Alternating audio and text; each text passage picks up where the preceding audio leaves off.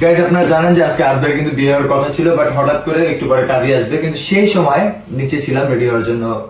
তো আবদার হঠাৎ করে ফোন দিয়ে ইমার্জেন্সি ভাবে বলতেছে যে উপরে রাজা তাড়াতাড়ি কথা আছে।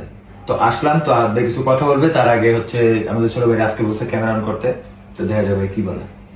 তোমরা সবাই জানো যে আমি নিজের ডিসিশন নিয়ে আমি গত কয়েকটা ব্লগে বলছি যে আমি নিজে নিজে বিয়ে করতে চাইতেছি, বাসার কেউ রাজি না, বাসার প্রত্যেকটা মানুষই আমার বিপক্ষে, সেটা নিয়ে আমার কোনো কিছু যায়ও না আসেও না।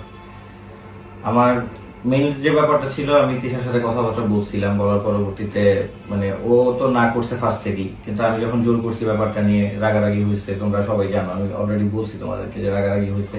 অনেক কিছুর মাধ্যমে আমি ডিসিশনটা ফাইনাল করছি যে আমি বিয়েটা করবো।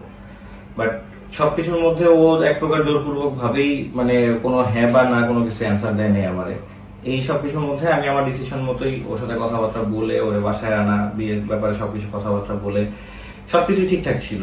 ভাবছিলাম যে তিশার মন মানসিকতা গত দুদিন যা দেখছি এটা আস্তে আস্তে হয়তো ঠিক হয়ে যাবে, কিন্তু আজকে ওর মানে ও লিটারালি যেরকম পোস্ট করা শুরু করছে, প্লাস আজকে ও মানে বিয়ের সকাল থেকে লক করে নিয়ে কান্নাকাটির মধ্যে আছে, কোনো প্রকার কথা বলতেছে না কারোর সাথে, মানে খুব একটা বাজে সিচুয়েশন। প্লাস আমুরও নাকি ফোন দিছে, রাজের কাছ থেকে জানলাম আমুরও নাকি ফোন দিছে চলে যাবে এই কারণে। তো এরকম ভাবে আমার পক্ষে আসলে মানে এই বিয়েটা করা পসিবল হবে না। তো আমি আর ওর দুজন মিলে ডিসিশন নিয়েছি, ডিসিশন নেওয়ার পরবর্তীতে ফাইনাল করছি যে আমরা এই বিয়েটা করবো না।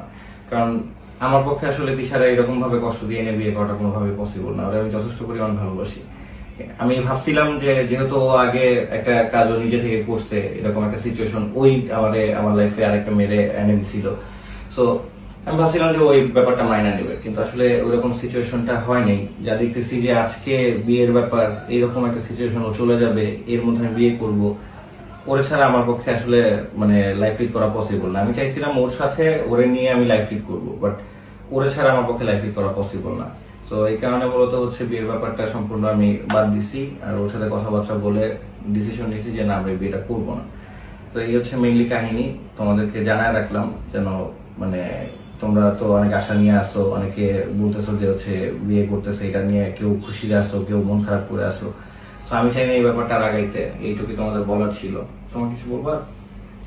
আমিও চাই না তার মনে কষ্ট দিয়ে আসার জন্য এই সংসারে, যেহেতু অতীতে একটা জিনিস ঘটে গেছে, তার চাই না।